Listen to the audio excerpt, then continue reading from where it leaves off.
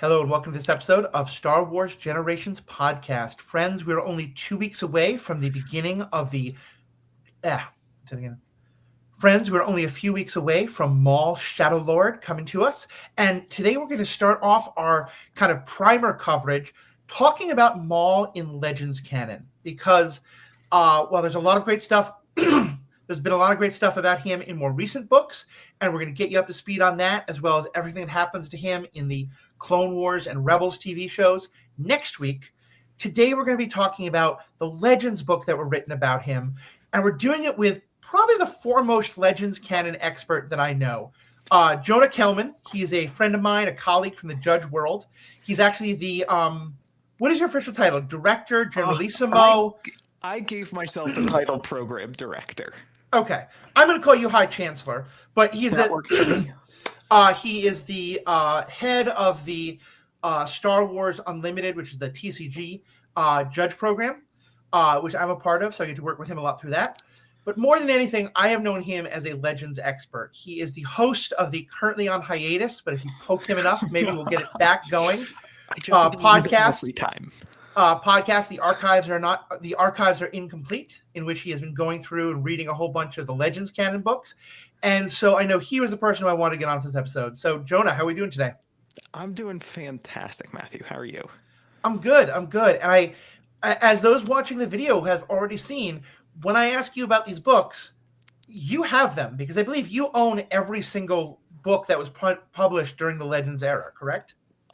So I have all of the Legends canon novels, and I think at this point, like 95-ish% of the YA books, and then like 70 or 80% of the old Marvel and Dark Horse graphic novels pre-Disney. Okay. So most of them, yeah. Right. And just for those who aren't clear, the Legends canon is all of the books that were published. Some of them came out right around the time of the original trilogy movies, novelizations, and an additional novel. And then you had more books being published all throughout the time of the prequel trilogy and the Clone Wars show and things like that, right up to the point where George Lucas sold the franchise to Disney, at which point Disney then decided that Legends was great, but they were going to... Say again? There's a bug in my head, and I think, so you said up to when it was sold to Disney, and this is a tangent. Hi, folks, if you don't know me, tangents are one of my many specialities. This is true. The graphic novels at Dark Horse that were in warehouses that had not yet been distributed, when Disney got the property, they were ordered to be destroyed. And I believe a big chunk of the books that had been printed and published and sent to distributors, but not yet sold to retailers, were Darth Maul stories from like... Oh, interesting. I think it was like at the climax of that arc, and they're like, well, it's a new canon now, and so all of this is no longer legal. Please destroy it. And a handful of them are out in the wild, but when I was looking for them, I think they were like $1,000 each, and that was like 5 years ago before the collector's market went wild. I'm pretty sure it was actually Darth Maul books. Okay. But, yeah. Well, if you want to start a GoFundMe, we can try and raise the money for you to purchase some of these and then get you back. But for now, I think there's still enough to talk about. And for anyone who's wondering, well, if this is now the old canon, it's not what the new shows are based in, why are we talking about it? You can watch the video and see Jonah getting very upset at that comment. One thing I think that we've seen and has been actually directly acknowledged by some of the creators of some of the more recent shows is that more and more, some of the Star Wars properties, including both novels, but especially some of the TV shows, have been drawing quite a lot of elements from the Legends canon. Acolyte, I think, is a show that did this quite a lot. Some other things as well, especially some of the novels. The Rise and Fall of the Galactic Empire, which is sort of a history book of written in this universe, which is wonderful, draws a lot on Legends canon. So I think talking about what we learn about the character in Legends, I think it is a great way of better understanding this character and what we're going to see from them in this new show coming out. Because clearly the people whatever the idea about what is officially canon, clearly the people creating new Star Wars are aware of legends. They're reading legends. It's part of the discussion, and it's influencing and inspiring them in many ways. Yeah, I mean, I think one of the ways that I think about legends, it's inverse. Legends is the true canon. Disney canon is the no longer canon stuff, at least in my little head. But whatever brings you joy brings you joy. But the way I have come to think about legends and all these other stories is that's what they are. They're stories, right? Right. And stories can be inaccurate, can be accurate. One of the ways I talk about legends canon is the discovery of the Death Star plans pre A New Hope. And in the Legends canon, I can name 5 suicide missions to get the Death Star plans, to send the plans off to a ship out in space that they don't know the identity of, off the top of my head. Right. I think there are a dozen. And either that means they're all true and happen sequentially, or one of them is true, maybe 2. But everybody else was like, there's this huge mythical moment, and I knew a guy who said he was a part of it. Let me tell you the story of Senator Garmbel Iblis meeting Talon Card and how they outwitted Thrawn. And you're like, okay, that's some big names you're throwing around there, buddy. And first of all, very good story. Also, doesn't directly contradict other things, but similarly, these books like Lockdown, I'm just going to have my props with me. There we go.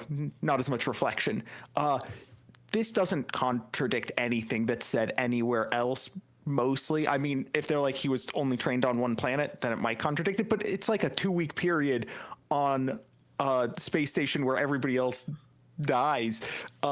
So that's not quite accurate, but it doesn't have a lasting impact on the external canon. And so this can be true alongside the rest of the Disney canon. Yeah. It's just what your heart wants. Quick interruption. Your mic is going from like medium to loud and jumping in and out a bit. Do you have like a loose connection somewhere? Or? That is a great question. It might also be my directionality because it is a little bit fancier than I'm used to, and I might get a little bit far away from the mic. Okay, I understand. It's nice when people buy you nice mics, but then you've got to really eat the mic, as they say. I really have to learn how to use it. Yeah. Yeah. All right. Now I will do a clap for that just so I can find the new stuff.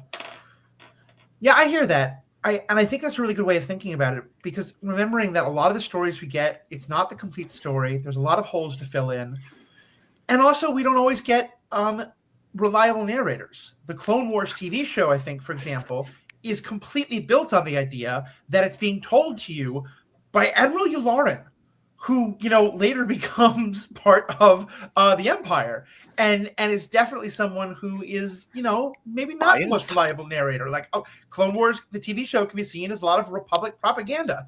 The other way that I think about it a lot, in terms of more of the meta view outside of the story itself, is, to me, it's kind of like how in Marvel, there's a Marvel comic book arc called Civil War.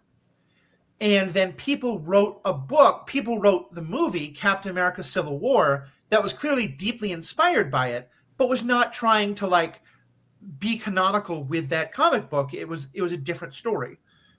And then since then, there have been other comic books that are canonical to the MCU itself, as distinct from the Marvel comic book. And I think in many ways, Legends is kind of a similar thing, and that it's just that we're getting more and more people saying, oh yeah, let me go reread that Legends canon. And you mentioned, for example, the character of Thrawn. He has, of course, now shown up in Disney canon in both books and TV shows. He was really the star antagonist of not technically the first of the Legends books, but what are often thought of as the first of the Legends books, and the first to really take off the Heir to the Empire series. Similarly, Darth Plagueis, a character who is mentioned briefly in Revenge of the Sith as the legend of Darth Plagueis the Wise, as though it happened quite some time ago. Legend. There is a novel that Jonah is currently holding up, because I have to keep reminding him this is mostly radio, but yay, YouTube, check it out.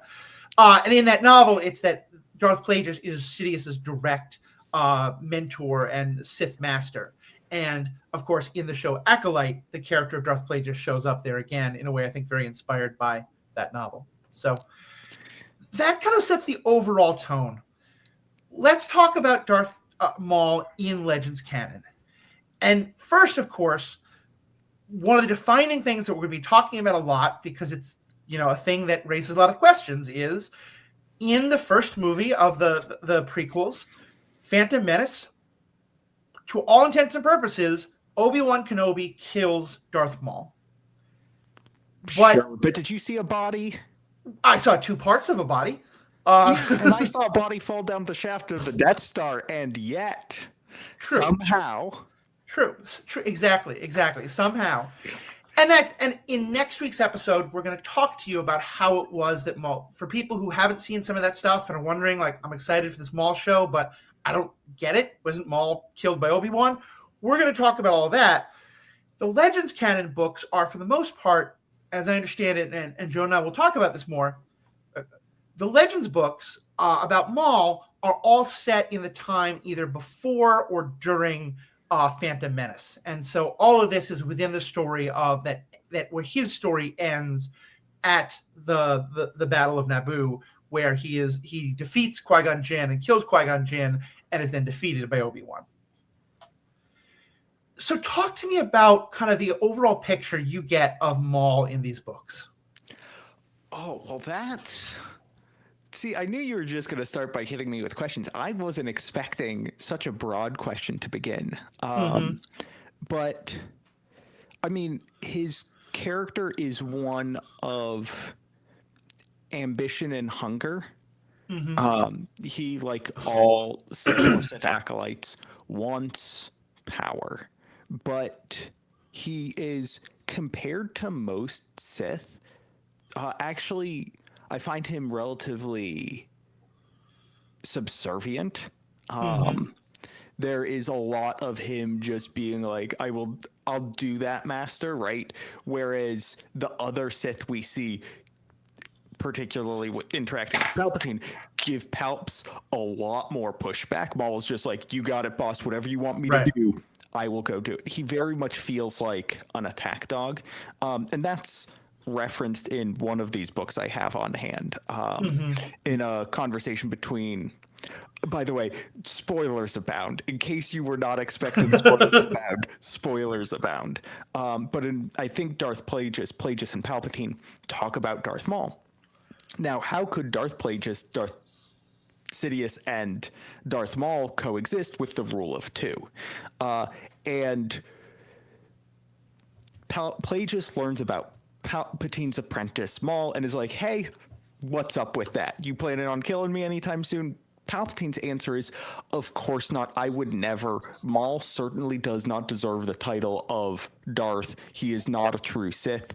However, if we need somebody who is powerful, can go murder a gang on his own, and is somebody that we can trust absolutely, yeah, it would be my apprentice. And sure, I'll give him the title of Darth to make him like wag his tail and not bite me for a couple more days, but he's not a real Sith. Which is, that's fast. I haven't put this together, but when they're talking about how there are 2 in Phantom Menace, after Maul has been defeated, there are in fact 2. Plagueis and Sidious. They just think they've got it down to 1. Then, of course, Palpatine takes care of Plagueis, but that's enough. Anyways, Maul here is very subservient, very much an attack dog. And the subservient part feels really relevant to this idea of him, whether or not he is a true Sith, because one thing that we see in a number of the books, Darth Plagueis being one of the best examples of this, but also the Darth Bane books and some others, is that part of that idea of there can be only 2 is, and you'll correct my exact wording, but that there are 1 to display the power and 1 to crave it. I believe it's hold the power, and the other to crave it. And part of the idea is that the apprentice wants to learn from the master, but the entire idea is that one day the apprentice will be strong enough to take down the master, Right. and that they are so on some level they should always be kind of waiting and watching for when is their master going to turn their back so they can stab them in it. And that's not Darth Maul in the slightest. Like in Darth Plagueis and in some of the other books, we hear about Sidious already starting to think about when can he take Plagueis down, when is Plagueis going to be weak. We see that with Darth Janna and Darth Bane early on. Maul seems like he is not in. I don't think we see anything from him in these books, certainly in the Phantom Menace, that tells me that he is actively thinking that one day he might take down Sidious. Yeah, there's not a lot of long-term planning in Maul. He does have some cunning in him. It's not just pure aggression. In Lockdown, so general plot of Lockdown is Darth Maul gets sent to a prison space station. He needs to get a MacGuffin for Palpatine. He needs to get information on where it is, figure out where it is, all while being a prisoner in a gladiatorial prison that makes no sense. Yeah. I have questions, but that's not what we're here to talk about today. That's really the entire plot. Then the space station blows up, and it has no impact on the larger plot of Star Wars at all, other than Palpatine gets his MacGuffin. And in that, one of the things that Maul does is he gets two gangs to turn on their gang leaders and follow him. And so there are traits of him being commander and him having this sly machinations, but he's not a charismatic manipulator like Palpatine is. He's a little bit more brute force, even in his manipulations of people. Yeah.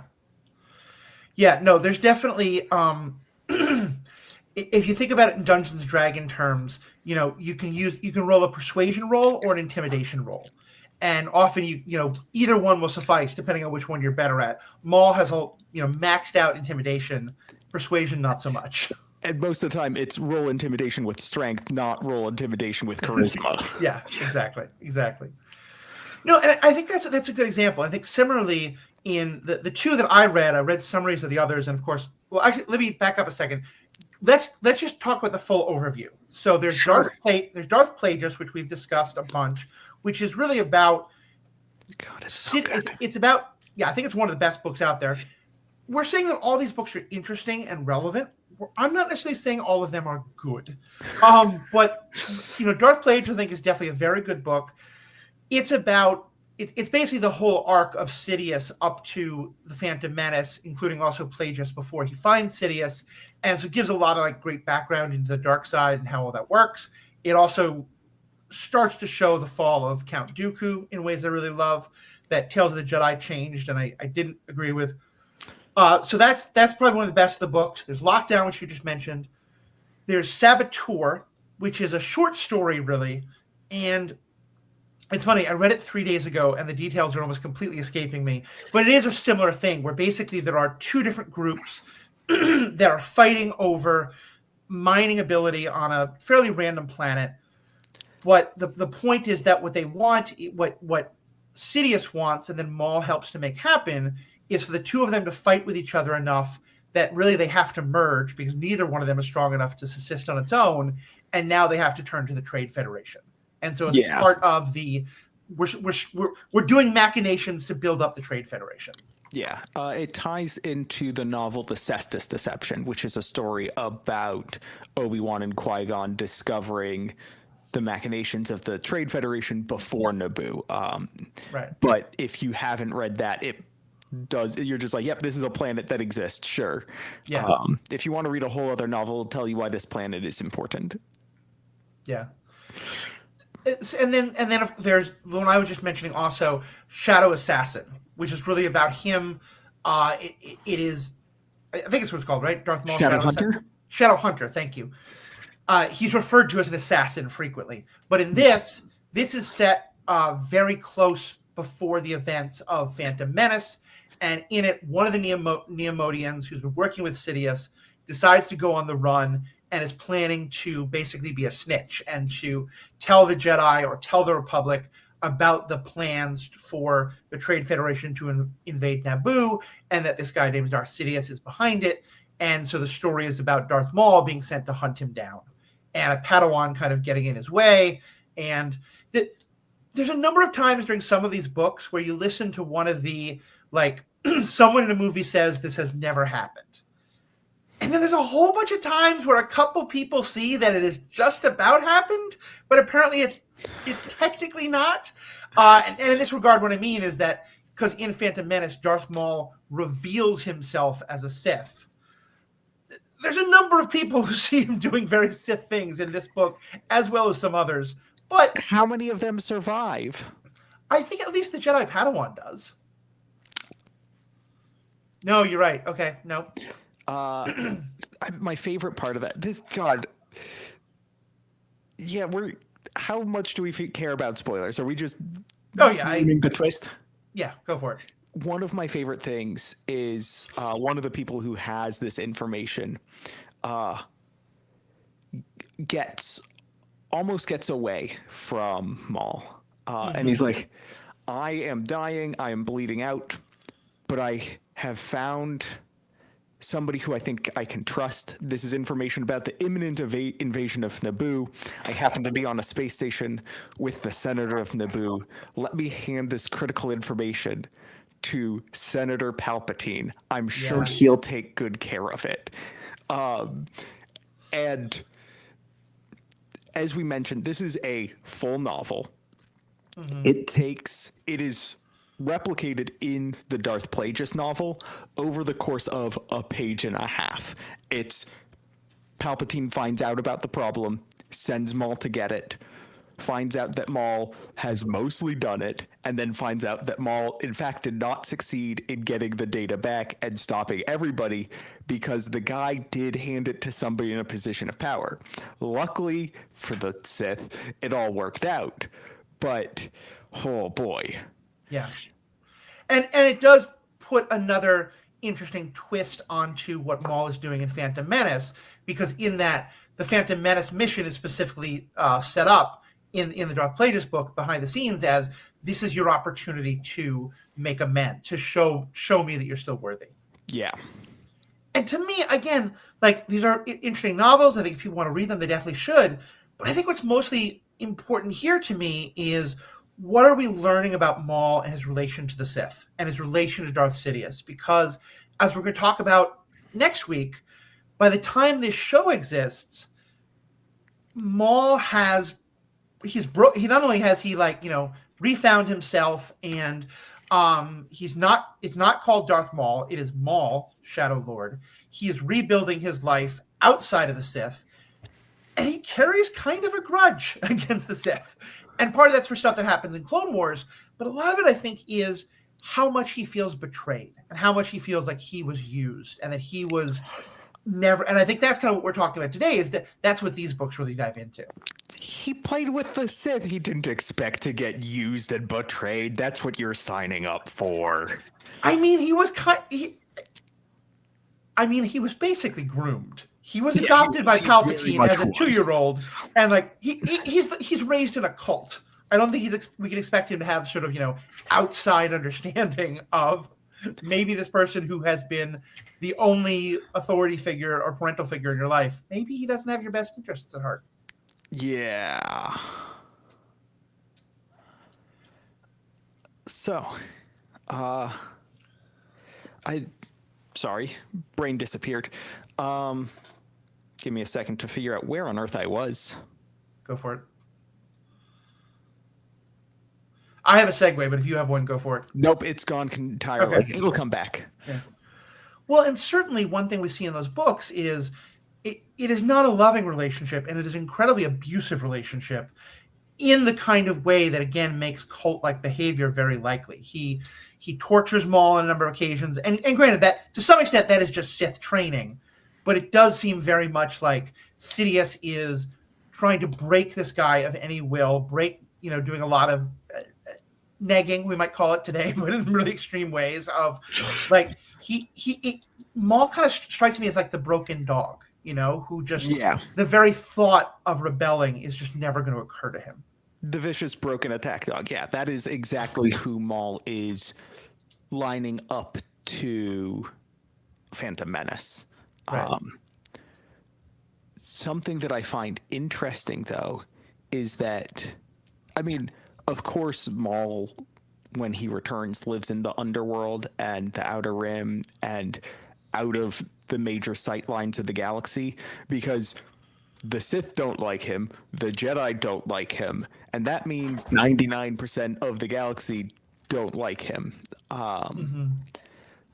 But the stories that we have about him from Shadowhunter, from Lockdown, and even from, what was it?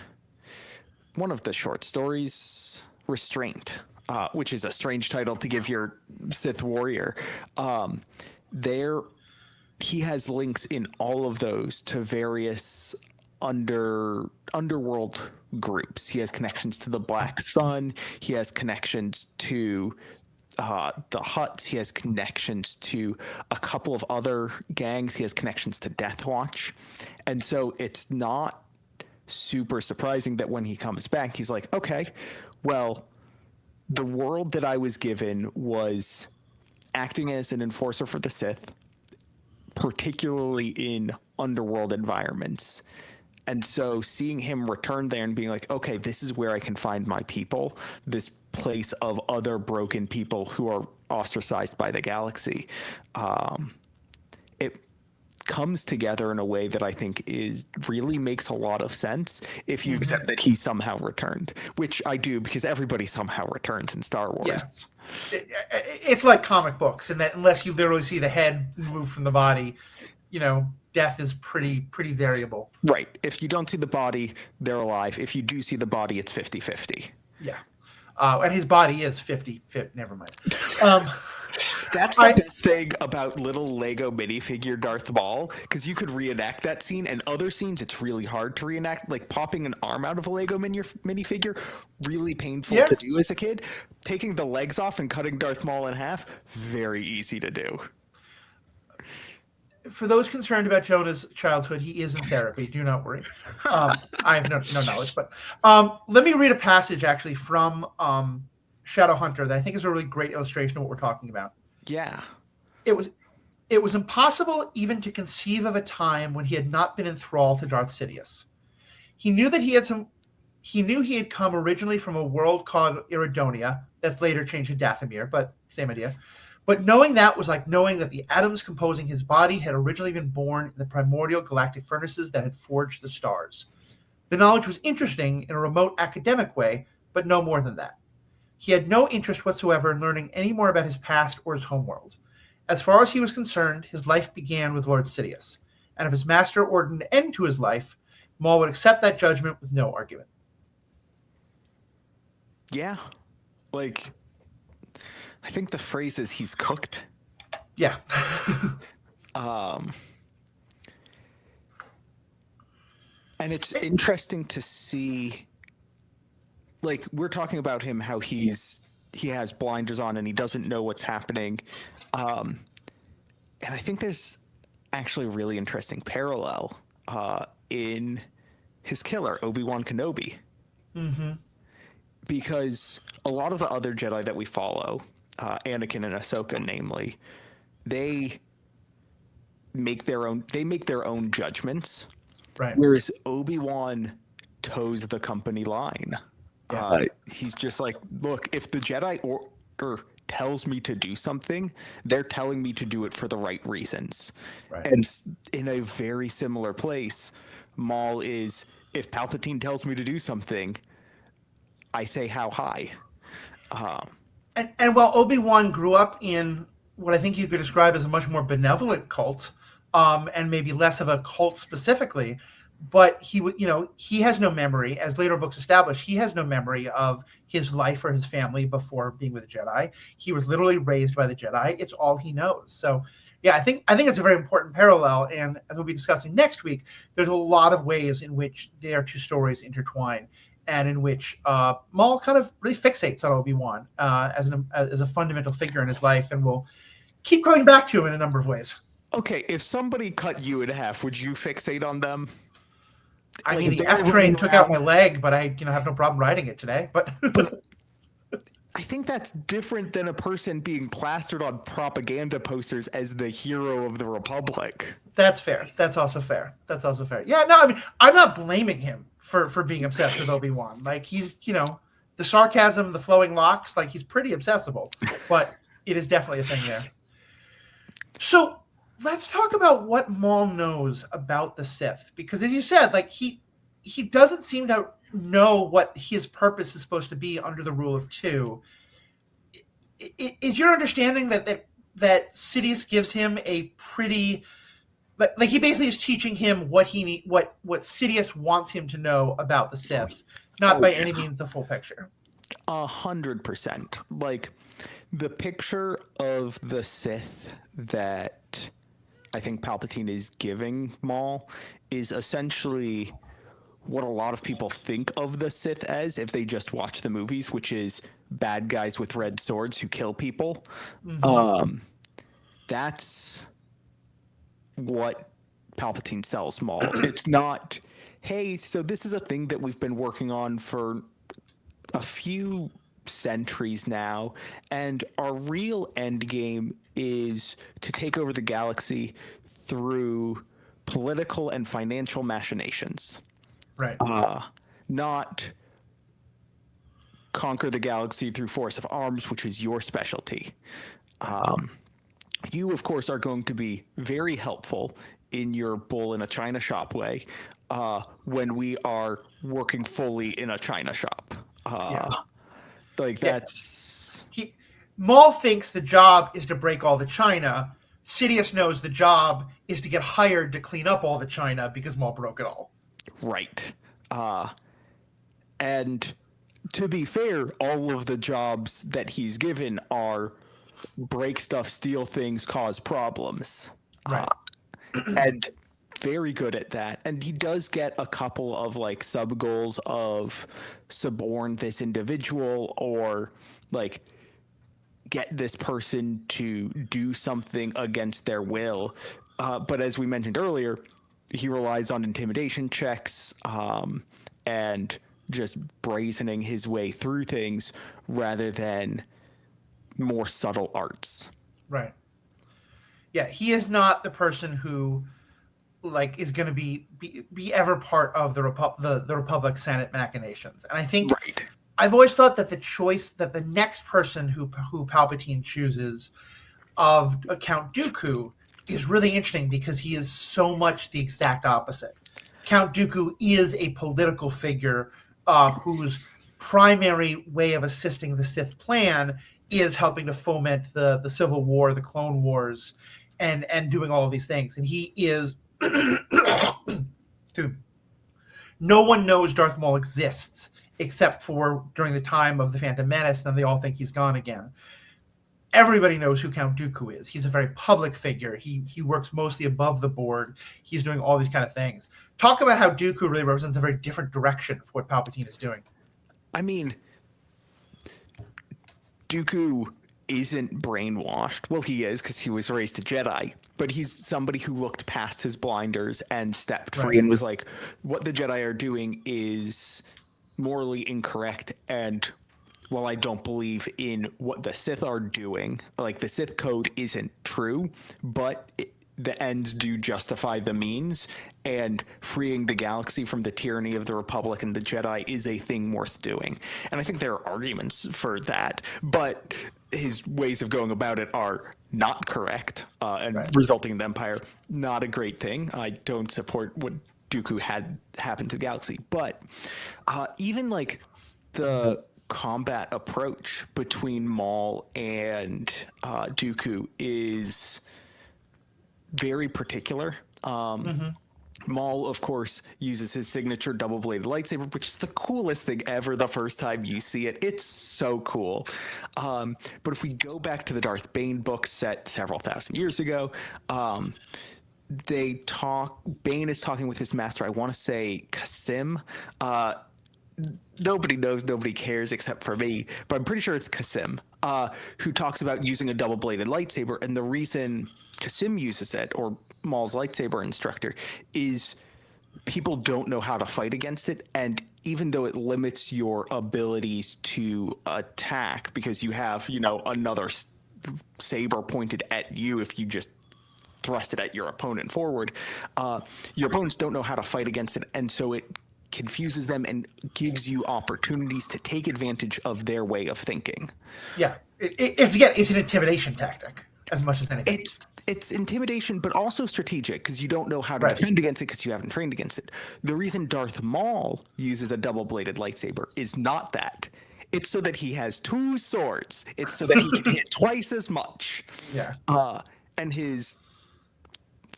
the next person to take his role as apprentice to Palpatine, Dooku, also has a slightly different lightsaber. His lightsaber hilt is curved, which does the same thing that the double-bladed lightsaber does for Kasim, which is give slightly different angles of attack. He's just a few degrees off, and those few degrees can matter.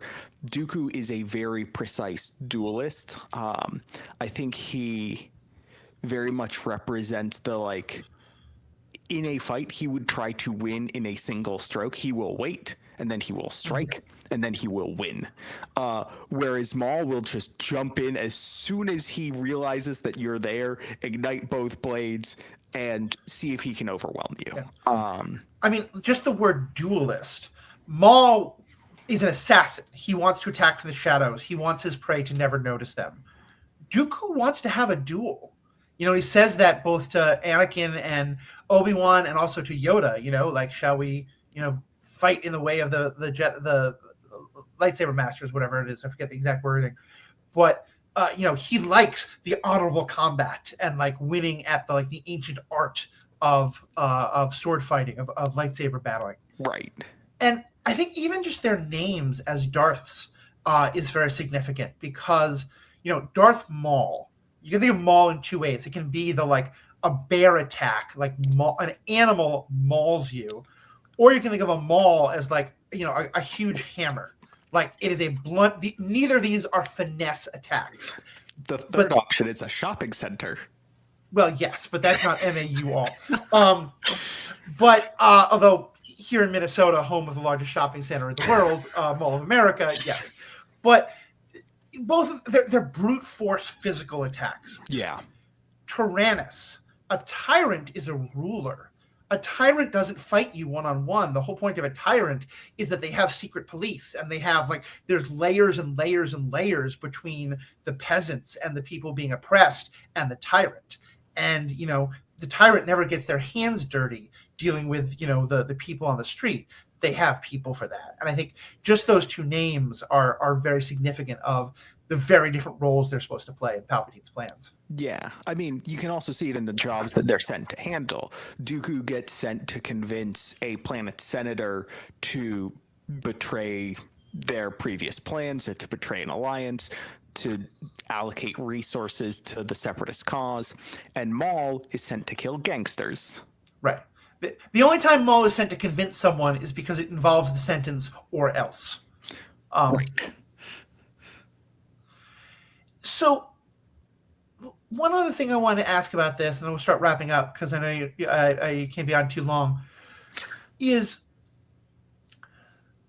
I think how to best phrase this. In Darth Plagueis especially, you always have the sense that Sidious is very obedient to Plagueis and is following Plagueis' orders, but is, always thinking about the day when he can take control. And in the end of the book, again, forgive spoilers, but he basically reveals how he has never really respected Plagueis, and he's been plotting against Plagueis from the beginning. And so, and there's enough of that that's clear in the book that from the beginning, I think you're always, every time Sidious says something to Plagueis, you're always wondering how honest he's being. And and certainly there are times where Sidious talks about one day having an apprentice who can help him take over uh, from Plagueis. So going all the way back, we talked about how Sidious says to Plagueis, "Oh, don't worry about Maul. He's not going to be like my apprentice. He's just an assassin." I remember when I first read that book thinking, no, Sidious is actually thinking that Maul might help him take over from Plagueis. And he's just telling Plagueis what he wants to hear. But by the end of the book, and I think also looking at a lot of these other works, it does feel to me like Sidious never thought Maul could be a true Sith apprentice. Do you think that's accurate? Yeah, I think that's very accurate. I mean, I think Palpatine doesn't think anybody he has as an apprentice is truly his apprentice until he reveals himself as Sidious. One of the things that I noted in Shadowhunter is that, as I mentioned earlier, the guy hands Palpatine Palpatine's own salvation, essentially. Right. And in a way, it reminded me of a piece of advice that I've heard, not directed towards me, but general advice of only break one law at a time. If you have a body in your trunk, don't break the speed limit. If you're a Sith Lord bent on galactic domination and the annihilation of the Jedi, don't also commit petty graft and bribery or have any hint of corruption in your day job as a senator. And so what Palpatine needs when he is a senator is somebody who can just be dirty. He needs to be pristine, except for his connection to whoever his lackey is. Right. And his lackey needs to be as dirty as they come. And so he gets this force-sensitive kid from Dathomir and just warps him into a weapon and is like, great, now I can send you off to do things. You think you have a holy destiny, that you are going to be a part of something great. And that means you'll do anything I need you to, and I do need you to do a lot of things that a lot of people would say no to very quickly, even if they had been brought up in the Sith way. Like, I think Reign, aka Darth Zana, under Bane, would have said no to Palpatine a lot more. And, like, Vader does push back to Palpatine from time to time, just being like, hey, do we actually have to do this? Like, can you at least give me the reasoning? Whereas Maul is just like, yeah, you say they gotta die, then question is slow or fast. Right. Yeah, I mean, we literally see Vader like talk to Luke about like, together we can overthrow the Emperor, and and of course he does quite literally overthrow the Emperor at the very end. But yeah, so Maul doesn't think of. I mean, it's because he's treated like a dog, right? He is treated like he doesn't have the possibility of overthrowing Palpatine, and I'm confident that the version of the Sith that Palpatine teaches to Maul is, one day when I say you're ready, I'll give you a test, and when you complete that test, you'll become a Sith master, and then I'll die. And Maul's like, yeah, that math checks out. Whereas anybody who's spoken to Palpatine, or not to Palpatine, but to Sidious for about 10 seconds is like, so that math doesn't check out at all. He's just going to use you, betray you, and then throw you away. Right. Yeah. No, that's definitely true. That's definitely true. And of course, later we learn that Sidious himself is very confident breaking. Like, Sidious doesn't want the rule of two to continue. He wants eternal life and not to be overthrown by an apprentice someday, but that's another story. So I think what we're getting from this is that, like, to me, it's important to understand this, because it's important to understand that by the time this new show begins, all of this is broken.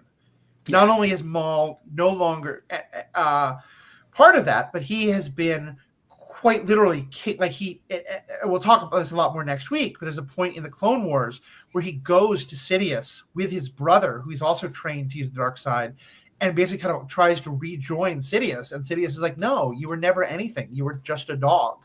And, there's that sense of like the most devout followers can often feel the most strongest betrayal. And that's, I think, a lot of what's going to be happening with Maul by the time we get to this new show. As a wrap-up question, although this may take us down some tangents, I'm not sure, but is there any other last things from these books that you think is important for people to know as we get ready to watch the new show that's going to be coming out?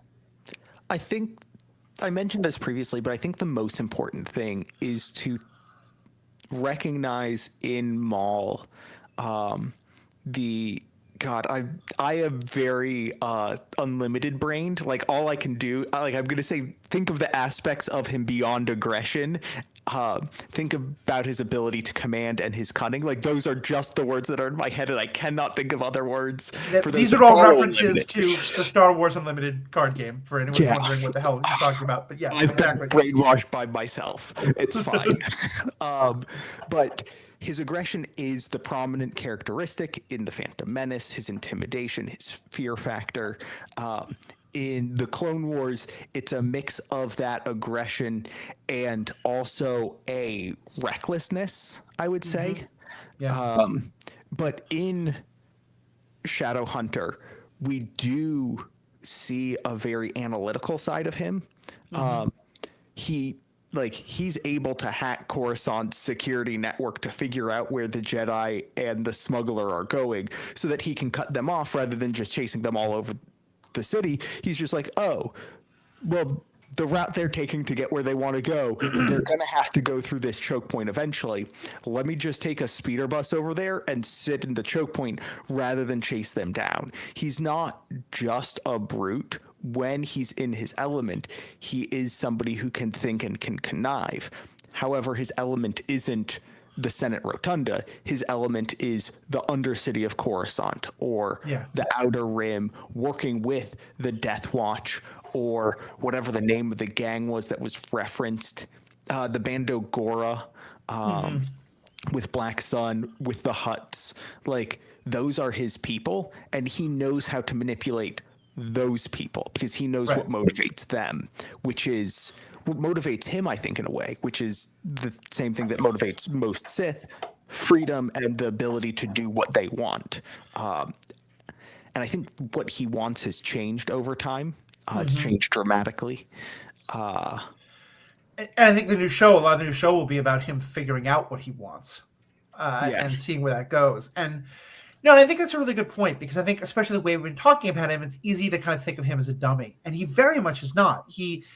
I think, due to the way he's been raised and the way he's been groomed or brainwashed, or however you want to describe it, has very limited fields of thought and is very out of his element in some.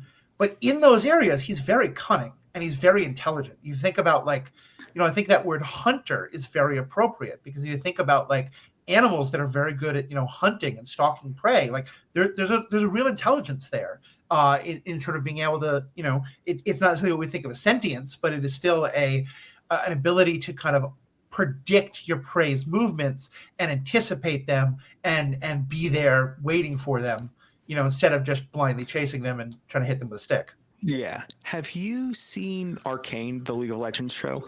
I have, yeah. Maul really reminds me of Savika, the Silco's right-hand woman with the artificial arm that's the coolest thing in the world. Yes, I can see that. Who then takes over the underworld. She's not the conniver. She would never be able to replace Silco, much like Maul could absolutely never step.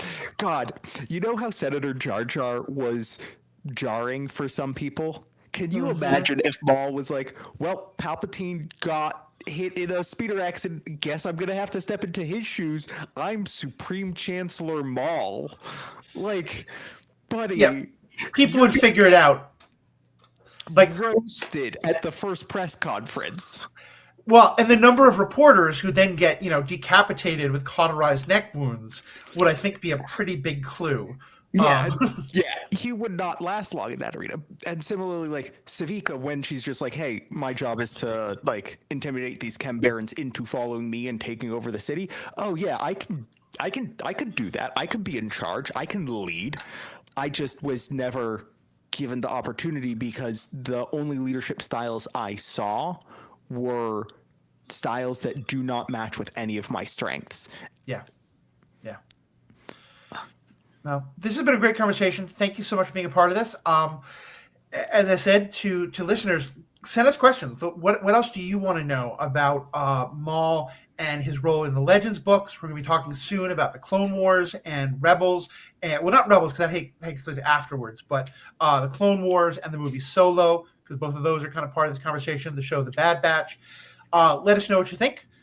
Jonah, can people still find the archives are not complete?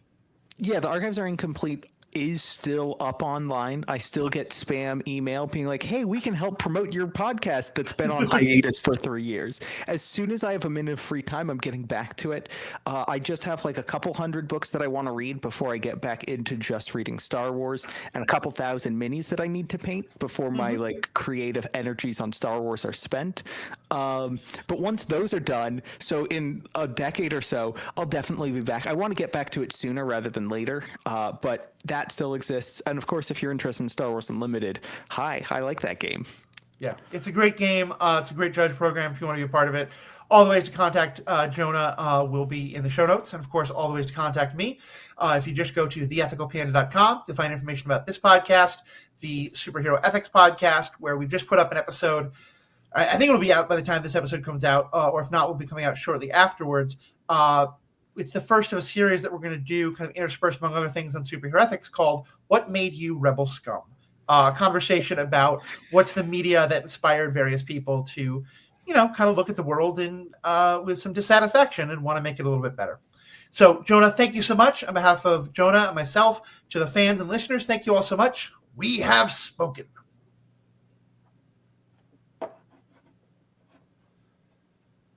And we're out. Fantastic.